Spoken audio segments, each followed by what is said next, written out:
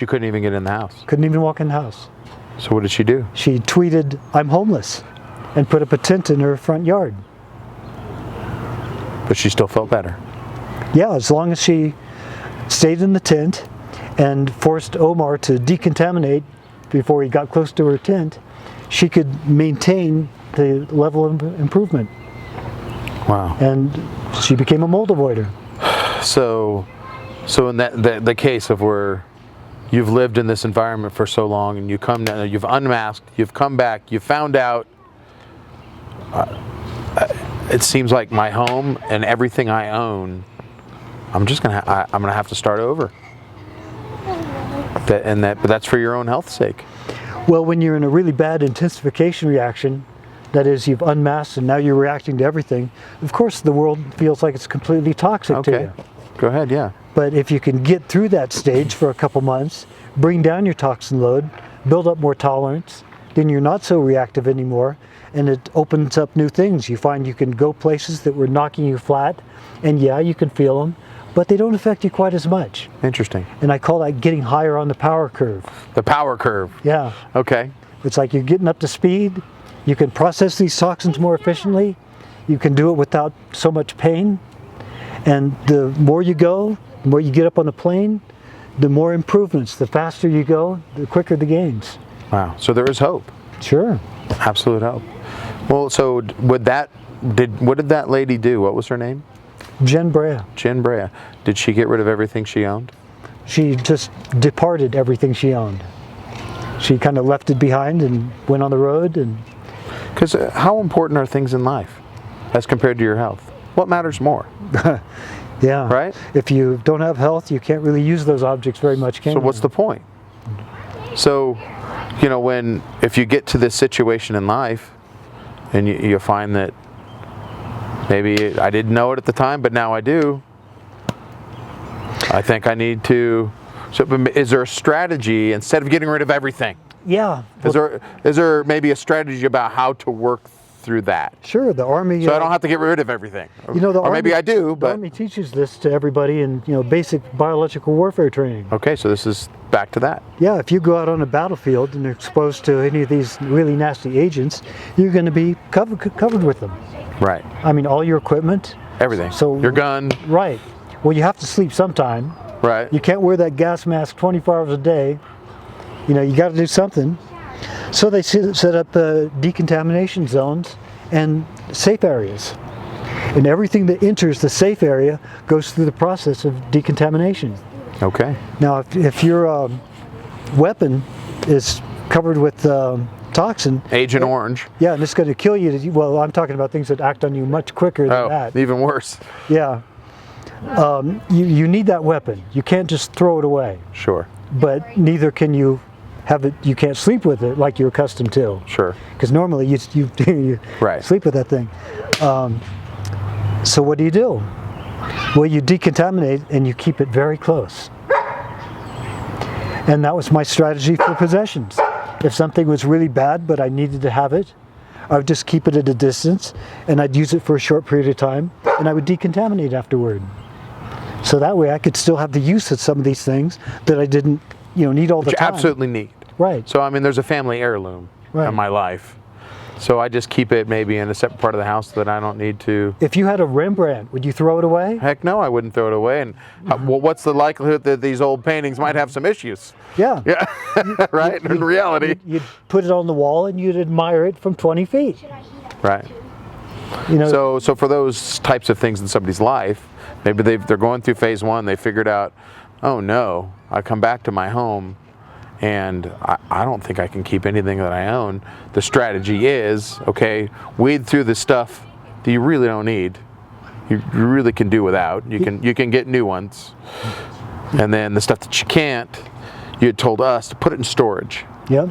Right, so you're talking about a decontaminant, talking about a practical way of dealing with it. So put it in a storage unit that costs you $50 a month, and then let it sit there for a while. Sure, and if you store it out in the desert, very likely it'll die down on its own in a couple years. Really? Sure. So if you kept some of your possessions in a storage unit that wasn't air conditioned, or are you just talking about? Well, desert storage was very hot. and I stored it with lots of air circulation. I didn't put things in sealed plastic tubs or wrap it in plastic. I wanted maximum air circulation. Sure. And every once in a while I'd come by and check it, see how it's doing. And after a couple years, it started dying down.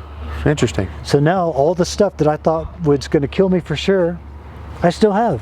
And I've got, and I love this. It just took a while. I love this. When I first discovered that I was really, really a mold avoider, it was a very specific instant in time at this old hotel. It was a nice, beautiful summer day, and this moldy old hotel had a complete collection of Mark Twain's novels. Neat. All of his works. Yeah. I mean, great, the old classic books. Sure. Printed in the 1800s. Yeah, and antique as could be. This is great stuff. Yeah.